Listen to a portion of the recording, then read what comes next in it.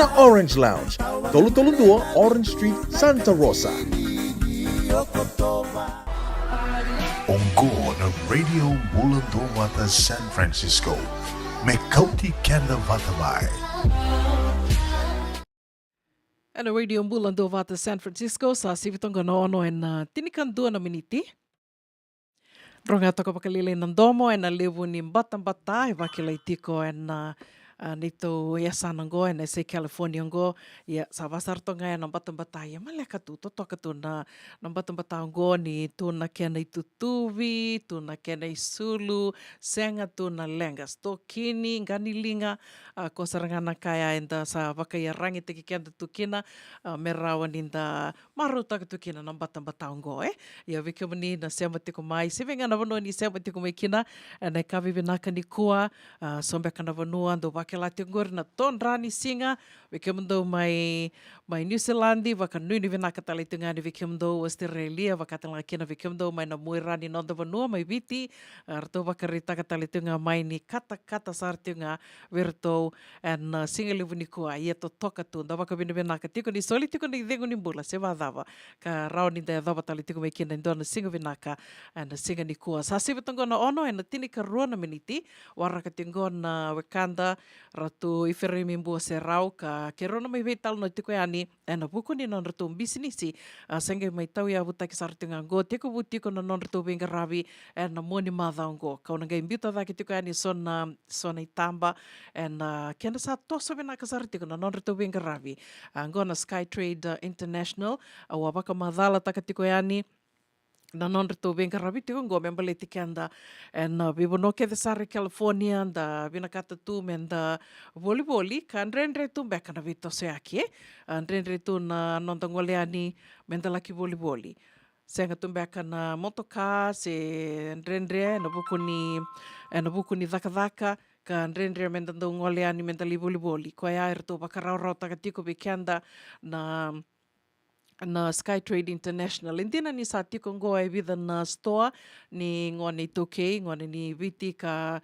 arto sa venga ravitiko, mata via toto bata toka na venga ravi arto venga ravitiko kina. Ya, esenga ni wakan na non-rito venga ravi ngoa na Skytrade International. Tiko e tolu na non-rito pack, o ya na Bula pack, tiko talenga na Chaser pack, wakatelenga kina na Mangiti pack. Ya, na kena wakamatay lalay au sana sureti ratu iferemi mbua se rau sarkina na turanga kadida wakatiko liu takatiko na Skytrade International menangai wakamadhala yani kina na kavini kua. Kila ni tiko mbeka ilama ni motoka dada buka tiko na isema bula vinaka ratu rasa raviki mnito kaningo bura-bura kau kere mo ni wakambula tala manda mai veira wakamadhala te ke mo ni tala mai veira karada lata na non daruve tala no ena madha saoti ni bula vinaka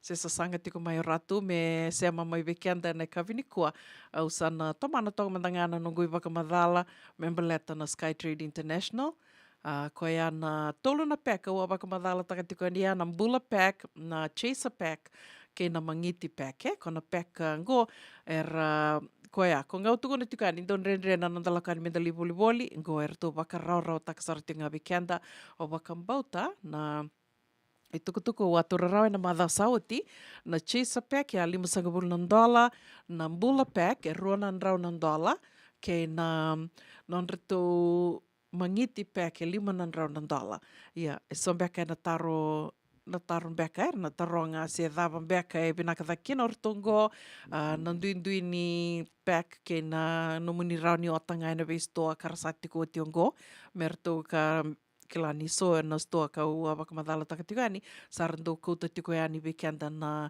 nonda volleyball yes na delivery service ia Arto wakarita ngona ka arto wakarita katiko mai na Skytrade International ni nanduindui wakalila yorto umbaleta ni yorto ngo erto kauta saranga mai biti na non reto ivoli sange mai tawa sa ke wakau ninge wata mai erto sananga i kote ani wikiam ni bolovina karatu Nimbula vinaka maramtau nimbula. Nimbula. Koe a ua sa tala no tok ngā waka leilai me wara ki community ko kina. Ka o kere moni waka madala te ki community ale manda we ira karasema te ko mai weekenda na weekenda na kawini kua. We ira rangeli rongoda tali na nondoru we tali no e nei kawini kua. Ka rautala ngā niuni waka madala te ki community mai. Naka au na dango ifremi mbo sharau au mai namosi. Una san watro namosi na korona buka besi. Au vasu na ene ano brutukula na koro roi tuku lau. Totoka ni sami ang baki vida mbeka Amerika na dava mande waka ungeti kemuni se waka buriawi kemuni na waka nana nungo dambeka yado ka sa ni nanuma kina moni sato ya butaka na business yongo.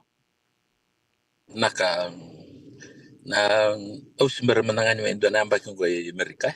Sandi. Atu na matibalu nungu tambana sangana logistik ni bingarabi. Subuka do namba kinungu bingarabi na matibalu. Matibalu ni biti? Matibalu ni biti. Katong garab talangan na UN. Linda benda na damdabe ni senior logistic officer ni UN mayan Golan Height. So na tabi au tinakaba namba kinungu dito baka na Women office ni matibalu ni biti. Anak kana to suy na matibalu. Lebanoni, Senai, Iraki, Istimo, nunggu wala yang karapan tambahnya. Na usaha tak apa cukup nunggu investi na kadi bisnis. Usaha finally tal cungango. Yo, na tu ni kalau nda sangat ni namaka da bicikan kina wala ngamai tiga dorong kamban mebit. Usaha register kamban mebit. Awa murir na murir tu yang mobil nampak kita murir tu na nabi motor tak iyo so anda kilato mikin na so na kangan rivi may nonda ken na pambibio ken na takunya umbula dona kara musu chico se kwa na ken na pangare na market titi na nonda sangani dona banu tata song anda kilape na ken tata song batanga ni ra control ta tu na kandango na market yo abo binang sa kelas arong na mas vi boro tagi tuna turang abo binang tal tuna boleh buni sa da mai tura bunu libung go tan dola kina kina bangasam au don mo lang amai sama ilustali na buku ni boro tagi ni kalau kina na kai basi ka sa da mai tawo to kina go na buku ni boko tertak tak saya abo kina investment sa kwenda bangara cumi bit santa mi kunya sa da tigo bangata kina go sa na klat ku weekend Korangan rabatu. Ilibung ko rabak ilabatu estang tubir na pagananan kina botul wa takin kina dito ba kina business. Me ado saraki bir na toki ni umbula. Obo bibina kani ya untuk bertang toki ni umbula may nonda. Sa mataraw na market ke sa kun raw na market sa tibo mengol sumbutalen. Bitar taras na kyo bitar taras nga may nakoro sar nga. So naka bitun chungo ke ni sa chungo na warehouse. Na nito kito sa bulbul tektal ber na kampanye lib kor bulbul na visto kor chungo na nito fala kwa kel menikua ko na vingara ko kito tak chungo ber na no anda kora vingara chungo sa kiagi ba na bunu chukina na isau saranga kora bulbul chukira stongo kito sule bera kembali ke bagara may nanu melaka ba nasto air sa bulbul chungo na isau bitaki na kito sa sulian ba na sa ira kito ngi ko sa mati ni bali betang ko na bibuke to na bibuke to ngare mar buke kin cinan na nganyan arabe ngare bitu wa mo matal ta cuma sa tebi dara ni to package ento ngona na bula pack Ausana tau ni vamadala tiko mengor usana ambita sarto kan ida ken go vi ramera rida to mai baka dada na pack ze ken vi kai tiko en do ngombe ka ken ni rauni rida tiko mengor ngombe ka na bula pack to ka ken go en do na kaba biskete do na bokete biskete rua na pakete na sudu powdered na red cow na pakete biskete talenga na ghee na waiwai, coconut oil mbeka ya na tini kana tuna, na tini bulu makau, ya mbeka na bula peke. Ang bula peka, may tao ko na kongori baka mekila Dari tangan uca ke kango bina kata sota la kamu bitu lo masih itu na okamata. O sih bina kata na kamu bisketi. Sana pakai bis ono bina kata me bida ngana pakai bisketi. So sana kala lenda bitu tak ono sih bina kata na mate na ono bina kata ngana kamu bitu tak na nunggu kabel lolo. Kona kaya ono kayak bital tak kabar telepon. Santina. Kaya suara sini kana sausage. Ada bina kata suara ka. Uca kita nggak costing tak? Kita nggak bisa kini kita nggak bisa tak. Oke, engkau nanu mututul ngoke bakal sana bina kata gorenggo. Pokoknya usah dilebut tak bisa nama nanu. Pasar ngaya. So bina kata sana rurun, na ruru seranga. Green. Kau seranga ni bir mati ni balik. Na ika. Sana bisulala ya. Betan itu itu kicu ngandang wan itu kicu ngandang bitalan nonga. Kita kau seranga ni mati ni balik kangen ni bina kata. Totoka pakoti. Na dava suti tale na mbula peke a ronan rau nan dola na keni sawe se dava bek.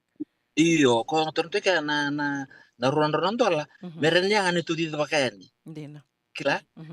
Kung ako sabi ito na bula pek, natanto nga ng bula pek, kaya baka hindi binakata mo na kayo bisulom, kito na bisul ta, kami baka sa ano maningangari. Doon na marama na binakata na ko, doon sa nga nakati ni tinto na. Oy. Tinto na, kaya baka bolian doon na katin tinto na yung nastongo, doon ratul sa kabul, doon sa kabul. Kito sila sa kanila sumakay doon ng dola. Baka samtang mandel. Dia selalu kayak dengan dolar, dua sana masa belum kawal cuci lama. Sandina. Dios ang bulu ka Dios ang bulu ka diwan ng dola indo na kati ni tuna. Berkatin, iya. Yana. Iya kaya bakal boleh beras tuh, anak juga rasuat. Tuan rau kacin, tuan rau tulis kabul sarat cuko. Kaya nama tanggal ya. Iya. Na tuna dava ya. Klani bido toka na matanggal ni tuna. Ini ada. Pangmatong rin ko na tina na Sunbelt. Sunbelt. Iyo, Sunbelt cukup gitu kan na usin na to na Ovalau blue. Iyo. Ni tortang mga habang gormon dalaman na. Saya na leng. Berendere. Kaya Dios ang bulu ka diwan ng dola doon na kate ni tuna Doon na kate ni tuna. Kaya baka di boleh na stoa, doon ang raw baka datul sa bulong, doon raw tul sa bulong beka, vaya. Iya Kongo, sa Dios ang bulu ka diwan ng dola, doon na kate ni tuna, kuto sarangani bikimuni. Tala di sarangani, ibono ni daka si vale, ya me tiki-tiko ni bula peka, non retum bula peka, runan raw ng dola, ka sa evatunguri na nisa na rita to minguri na ken na irirai na dua na bula peke ya baka rita katiko tau ngi baka tau wikium ni kaya baka ni sang ni binakata na kai tiko ilo mayara ni ngi tuku na ngamai na dabo ni binakata me wisusumitaki ken be kai sa tiko ngori ya men na ruta to ngana ronan raunan dola na levo ni no muni boli ya na bula peke Kena keruak itu nggo na Sunbelt cukup. Iya. Ada nggo to, baka ro kita to ko Ya, na chili Sunbelt sih apa? Chili. Iya, nggo na tuna chunk chili added Sunbelt ele bina kata mo na tokin na ro kita kira dengan takim batang-batang tala ko chicken nggo. Dina. Kata-kata. Beba kata-kata itu kaya? Ya yang tahu kaya kata talakan ni bina kata ko tun cukup. Begitu ko ta direct sarang may bici. Ya ni sa only taka ni sa matata tiko ya na kai na saubi na kakina rau kina merto biuta na sau ya melata ni laksaranga may viti laksaranga may direct from the source ka rau kina ni sauli laiseng so tini saulebu na bula pack ya tau baka dava na chaser pack Tau na Chesapeake kila so na bunur tikinang ko sarang dobe unang ko nang baka. Chesapeake ko tunjuk $50 sa tuan rau. Oke kira man na Chesapeake na kita bitan kinang ko na kina so na Chesa lalai tale. Kila siya tale radi di merapangkara. Itu sa kota basar sungayani. Kun ngamay kota may nang bula pek. Alin to kina Chesapeake. Na kinabi kala ilo tung bitan notak. Na mango skin siya na tapos yung nga orang do kanya may bitin meran do chesakin na. Tugol na may kita ng bitan naman yung matin pa. Totoka. Ia, au via waka matata ka talenga ngo mai na nito vitala no e na madha sawa tika pakai sandona kai bisau tau ni ge waka dondonu taki o kina na chaser pack, na mbula pack, e na mangiti pack. Ia saranga na keni sau, e sau ka tale tunga kena na isau ni kena kauiani ve kiomuni kena taladhiani, So, free shipping. Se davam back. Sabi isau back ya? Doon binaka may taon doon binaka. So, koya, free shipping. $200 se $500 na chaser pack, se mani $500 na mangiti pack, e senga talnio ni sau makina indoa na vivaka dava se ni sau ni kia na vakau yani viki omni, kia na taladia yani viki omni. Na, Itaw may tao obe tomar nga wala na mangiti pek totoka. mangiti pek baka ni binaka talanga me kito babi kito rin babi talanga. Kito rin Sandina. babi tal. Tong bital no tanga. One Don mo stop do shop. songo kito rin babi. Uh-uh. Ito rin bital ito ngay. Patindi na bababi na tubun tu na tukinungko. Dina. Ito nga po kito rin bababi kina. Mhm. Sa kito taka baby da bata na ito bababi. So na nganga ni binaka ni bagadora Mhm. ni bitar may kito rin pengare benikin. Dava sa ti manda tiko e na mangiti pack tau? Wakadada? O May kila tao ni... na bagadang Yeah. akangangan ribiti kya baka so ramani binakata tu merda songo Mhm. sini binakata na buaka rami na tanga na matin sina na tapos si na barbecue si kanga rin binakata don tamani kalebu Mhm. kito nang gaita ka na kinisa o kito nang gibirta kani tula tanga tapioka si tula tanga dalo ko tunju kya baka ulin nilibulian don tanga dalo go Mhm. will cost no bono era tukana $55 so 50 Mm. ako tukana ko lima na plastic tu na tanga Iya. kita bulan kita na pas na bulan dola. Wasanga bulan dolan dua na tanga na ndalo se na tapioca. Ko tiko ilo Iyo, mai lima na tanga lalai na packs tanga lalai. lah iyo. Karena kiji tu kilo mai.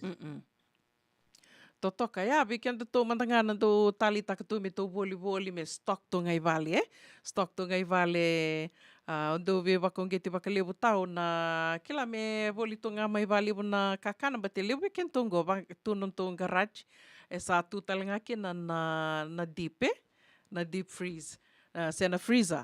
Kongo e Iya na rautaranga ni tu sa otanga ve na mangiti pack baleta ni so le layer tonge kote ni vale tu senga tali oda na didi batali na livoli mai ko e ni vale sa mai stock sarto ngai vale na kakana ni vida na bula ke baka mandanga tu senga ni daka songo se da back no ni right tau.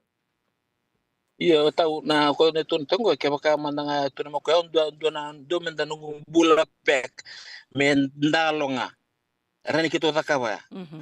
Merina ta bana rondo kembal rondo ya rani lima na tango changa merina ta bana ko tun tunggo ni to bitan lo chunga sang sar ni to bitan ta bono bula pek magonga na bula pek sang ren to bitan lo takan ta baningan reba ngani tanum ni songo sang kan ngade kina kito na bengara benkin.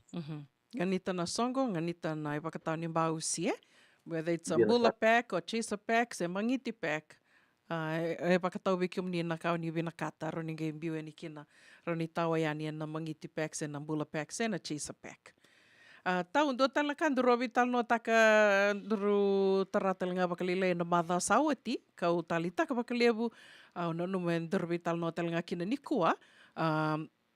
Tarti ko maingo Madeline sodar ni mbula vinaka na dava so tietiko na mangiti pack sangi bak madalain kino gotau ya na ndalo na tavioka baka tau bikium ni na dava ni vinakat ke ni vinakata na ika sena buaka sena mateni koya $500 na mangiti pack enagi baka tau seranga bikium ni na dava ni vinakata mai bata ke baka na tavioka na tanga tavioka ke ni libulia na makete ni libulia na store so levu mai na nomuni na bolia mai vertou ni o tanga ni vertou na tanga ko na tanga ndalo na tanga tavioka e vakarita ki tingo tiko na mangiti pack go ndo na tanga tiko i loma 5 na tanga na 2 kg packs tiko na 5 ya tiko na ndo na tanga levu so that's all part of the mangiti pack kau ni taka ni sana matata ya Madeline benaka vakalevu na taro mai benaka na sema tiko mai na kavinikoa ki rovi tal noe na madha sawati na kabakarita ki tingo tau ni kau saranga mai erto lak saranga iliko mai viti na yaya kede na yaya kede ka volita ki tiko mai volita ki tingo Dona kate ni na lamb chops e taronga tiko maingo Madeline tau wakatata e vida beka. Dan nakatin kito na boleh bilang na pound je na $55 pound je pound na witak makar pieces mus rawa se rada banganingan raba mai kito nang gaya taka Oi, na pound dia. Kembali senga ni kate ni na lamb chops, eh?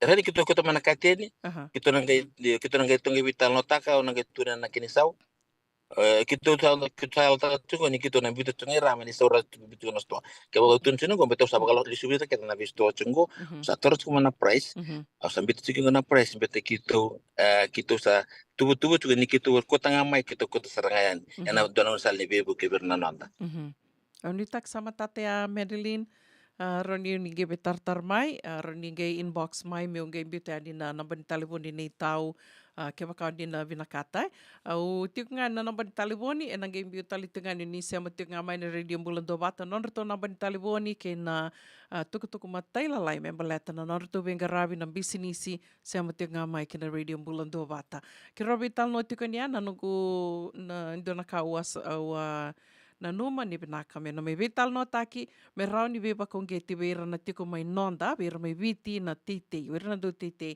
nirto satu bakarau merto ngoleani merto bolia mai na nomu ni ibolia na vikai so ni ni tea tiko na vikium ni talanganan donggoli ya na vikai so erto vivu ke tal tengaki na Sky Trade International rau ni baka madala mantena tikine atau ya itau na tikene ko tun juga ni ko ke na beto ni tamba kelme na wanga ertela ko me anuda ertuna era la ko mai rabi tartar ngamai sa la ko mai na wanga sartu la ko sartu na libo mai na ika uli mai ocha kito na kauta kito na pektaka na standard ko bina ka Amerika ocha kito na gai sipta ka mai na wanga buka tutu bakata laki na ndalo na TV waka beta na sa libu chunga na makete kito sana vitar ta sanga ko na sanga chunga na ilabo na uro mertara sar chunga na do titi e sanga ta ni duri lo mendu me na litara chunga ngale bol chuku bakanda re chungo middleman go kito sanga chuki tungo me kenga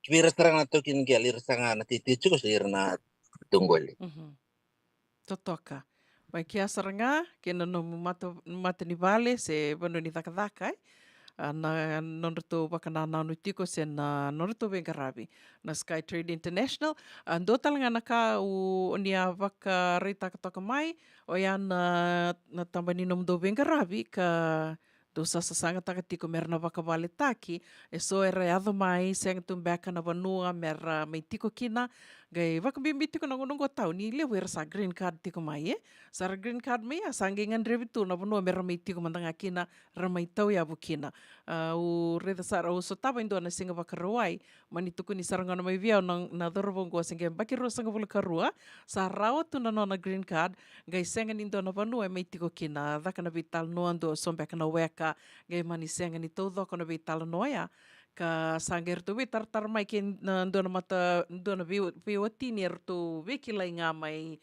cornivuli kono vikila ya sangai rau kena ningole mai odorbo me mai tiko se tiko ngango batekera na viwatini ngo ya ko ya mbeka na matanga libenga rabitala ngando sa navu tiko kinai Iya tahu bombo da keba kaya juga sok ketu ko sa tanto ala chungo renda ki bitar teranga mena namba sa tongwer ketu sa ngpingara vital tonga na kena pangara sona na accommodation non rela ko mena pami bir na dorbo sara rato mena green card kitu nganda besar chungo lingin taka pokatal ngaki na puna mera mechuki kina sarna singil lang taka na ngona ngona bukan ni pingara kitu sa pingara chuki nongo kanga mera taka po ke bakasa chuk sa renda bitar tarra biau au sana tega butuhan sana ko ngasa na liuma na bitartara sana kito na kata sarana kina na ngono ko sawara ka sartonga na ngiri e bida sa tega bitartara minggo biau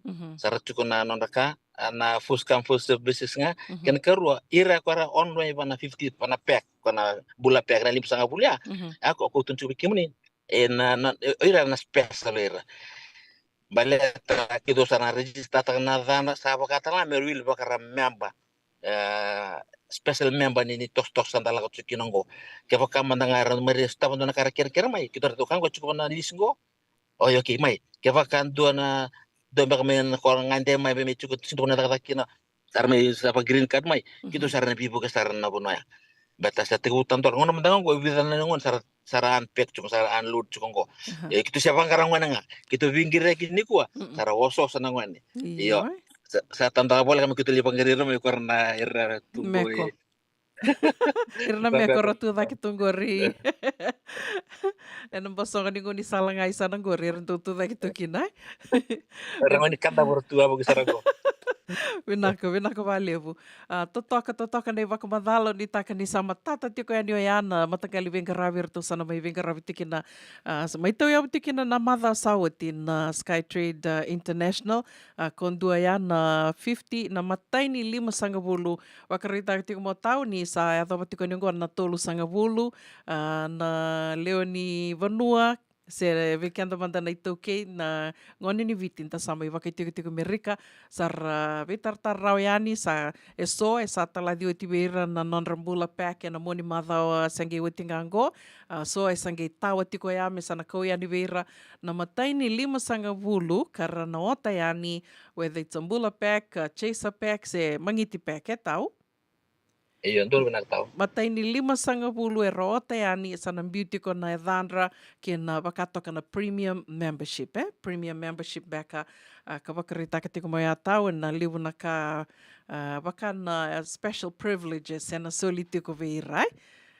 na nondra yana matai ni 5 sanga bulu do talen baka na ka ni vewa sia tau berni dava nondra vital no na kavinikoa ya tahu na kacunggo sa nanga de menda me ndo bata kina nda bi toril tinga takai kena reda cukup na nonda terus sampai sakit tu me ndo bata cunggo itu na bibo ki cunga enak tiku bambasi kamai nonda tumbe resor sara bina kata me tiku buna nonda stoa kitu sara dili bata kene beira na warehouse abono na tiku bukin warehouse sana soli bindu na wentu ki mena lingkaraba sana nona kwa nasya ya beleta sana rambu ile bustar na bingara bingo kwa nga ko tuna chukin kitu sangan rap sangan be muslaki da bitor ringa taka tuna kana la kongo na ndabuki kitu mai kitu buki muni kitu buki ratala nga chume nonda kora be angkara la ko chukumai wakata laki no ira titi juga sangat chukin bune politik no riti kitu sa kota direct saranga mai sa sangat lindu chuki lo me terus kena urro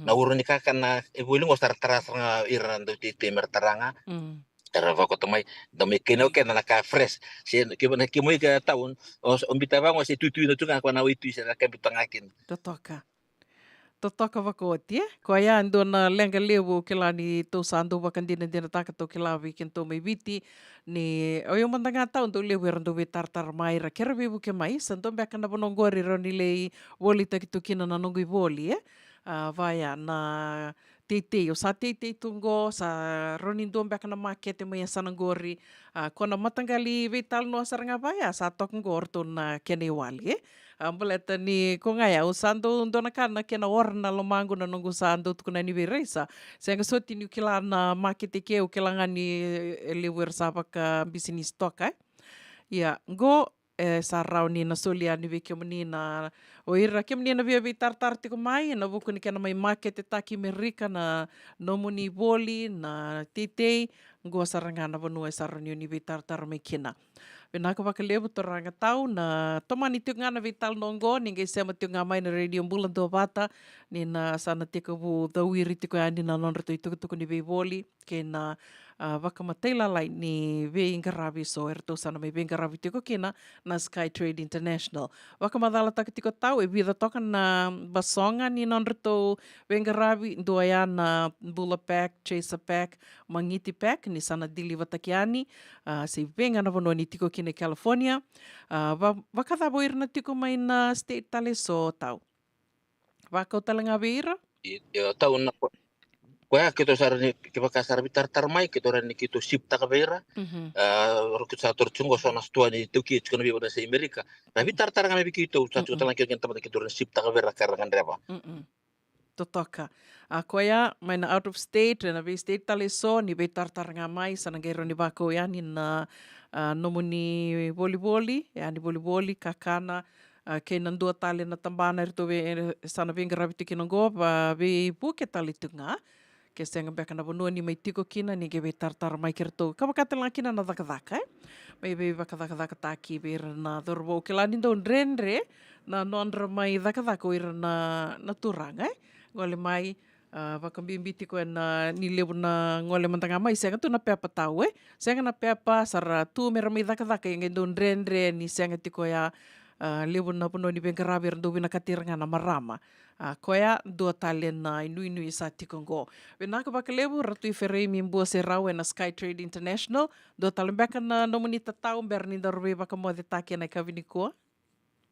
Ia mai tau kana ni da buta era mai juga sangat juga na pepa waktu so tikitu nan sa juga ni tamban bakalau mena bengara be kanda ke bakal don den musangai mau me na dona kai guna bena kata se na kan immigration se na sa juga ni tamban bakalau mena bengara be kanda cikena Totoka wakaoti, ni wakarongo tiko mai a leo sara na we kabinaka enda mai we rongo di tukina enda mai kongaya enda kurambui kanga lue na buku ni tuku nda sami rongo da tiko ena kaviniko. Vinaka wakalevu mai tau nda nangai sema tali tiko mai ngona da banga dua na update dua na ka dua ni tostoso wo ndo binakata me mai ramai bulan ngodi tiko kina na nondo tole ni matapu bale na radio bulan do vata ninge ve tartar ngamai.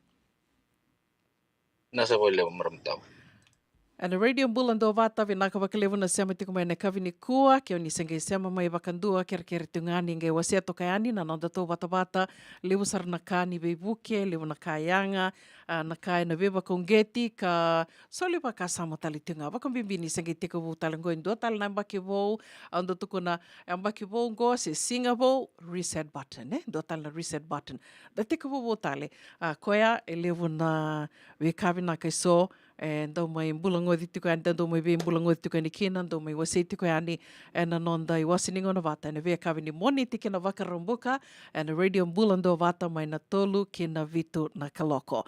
Da te rongada manda na itala no ni kavau ni ngau kono ve vakambula tiko ani kina ve koko na ivaluvo bula vinaka bula ana takayao vinaka vakalevu sistana sema tiko mai na kavini kua wakatala kina ve laveti mbali suva vakanu ni tiko anu ni na ndua mai ni itala no mai sanangori na madang wakambula tali tengani ve sai ni militoranga balawa kula ni bula vinaka sistala isani tau yabu wakanu ni vinaka tiko ani ve kemdo mai Sacramento wakatelanga kena ve toranga naita waliki satakala wakanu ni vinaka tali tengani ve kemuni senga talani ngole da bitukina marama naita Dasha Hidden Blood vinaka na sema tiko mai na kavini koa Levi Leone isa santende au ni takani ni bula vinaka tiko wakanu ni vinaka tiko ani na mbaki vongo wakatala kena ve Madeline Soda ni bula vinaka una Navarra kai sandende onu taka ni bula vinaka tiko wakatala kena ve Matelita Seni Kuradiri ni bula vinaka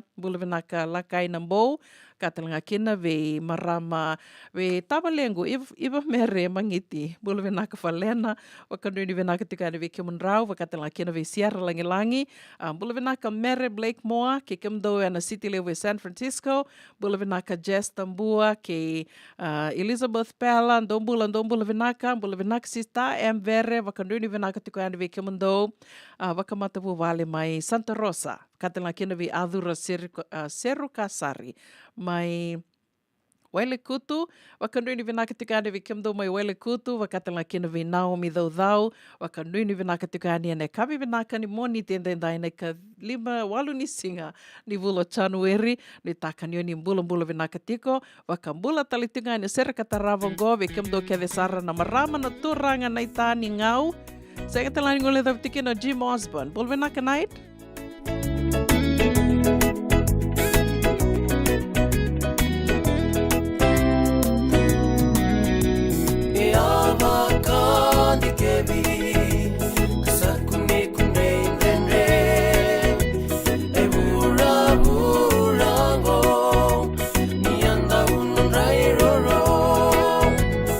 Rongo waki wali nakala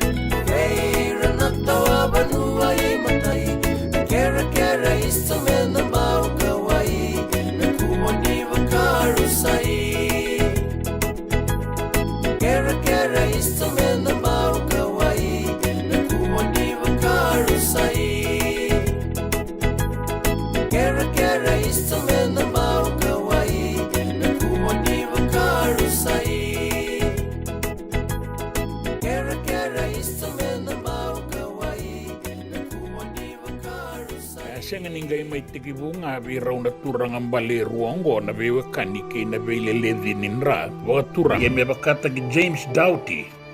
Rau sama ni maingele rua talengakin. Nama kamay na toso ningaw na kay City Veni Raturla. Siba na tinikaruan na 10 miniti e viti na may singlutulebu. Siba na ba na 10 miniti may yamarika na may singa bukilulu. Toso ningaw na vito kunikin na Divine Group of Companies. Rongoda and a Radio Bulandova to San Francisco may kauti kanda vatamay. JJ's Food Shack.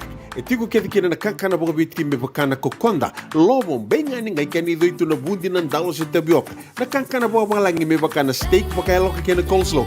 Woo-wee! Nakarito sa wada badina na kanikanakana.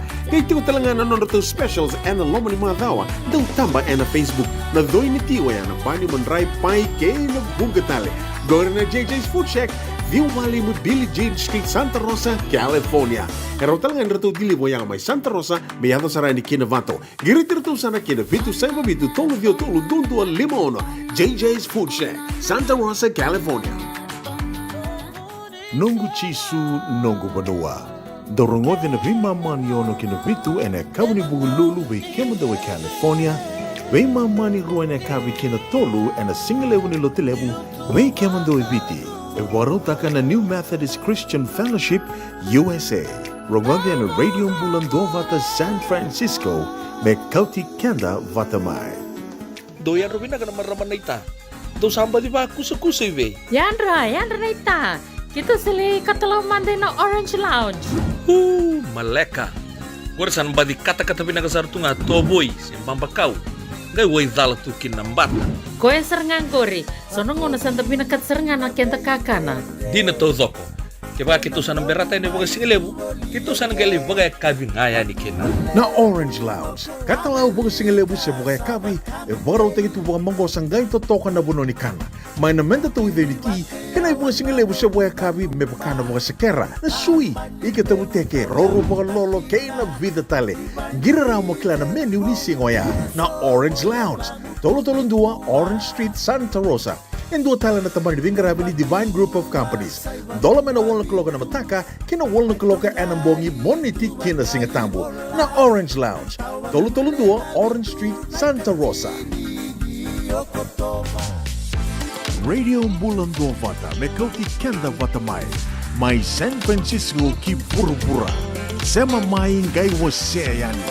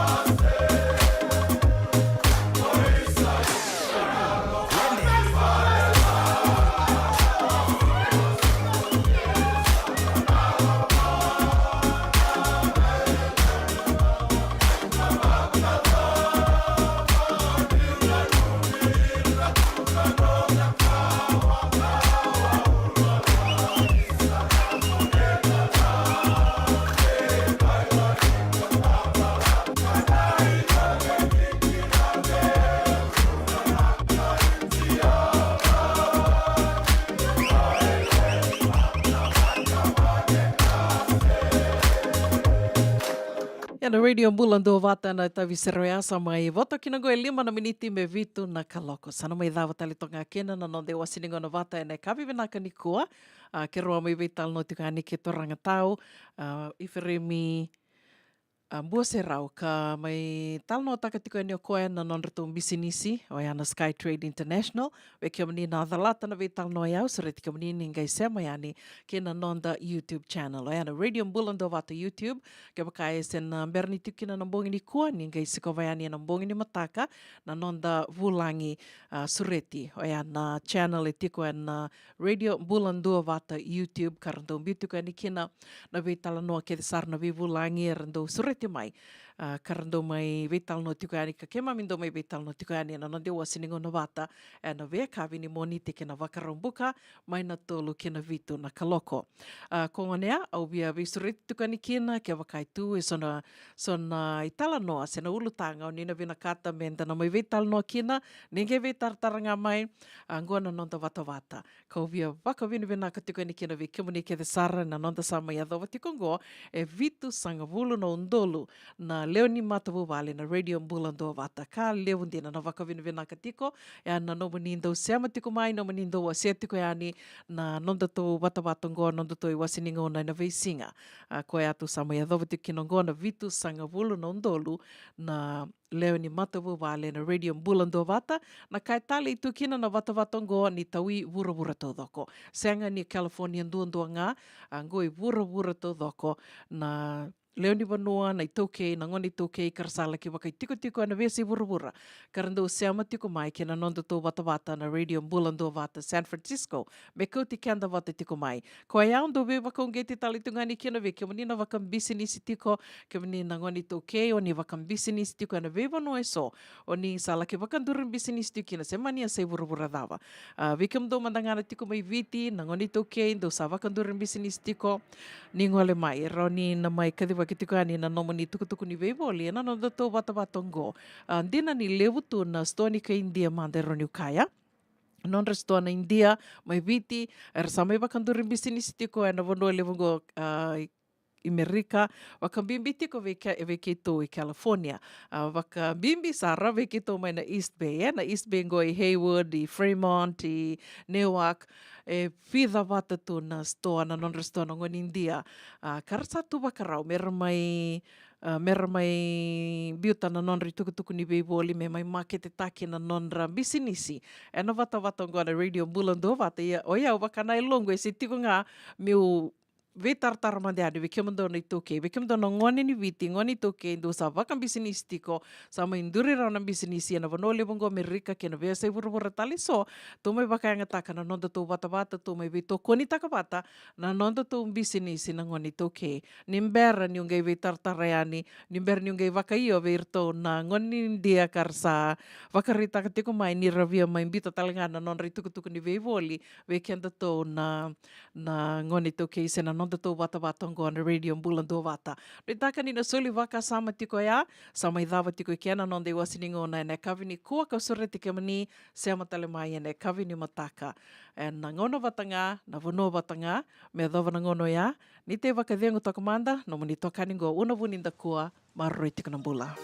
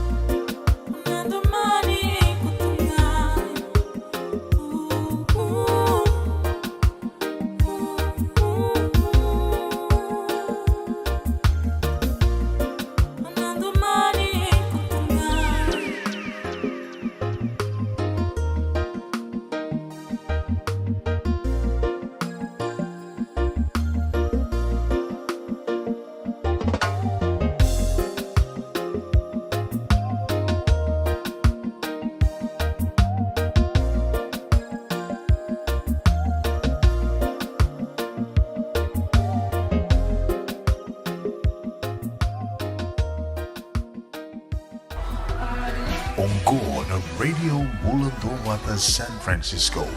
Mekauti Kanda Vatamai.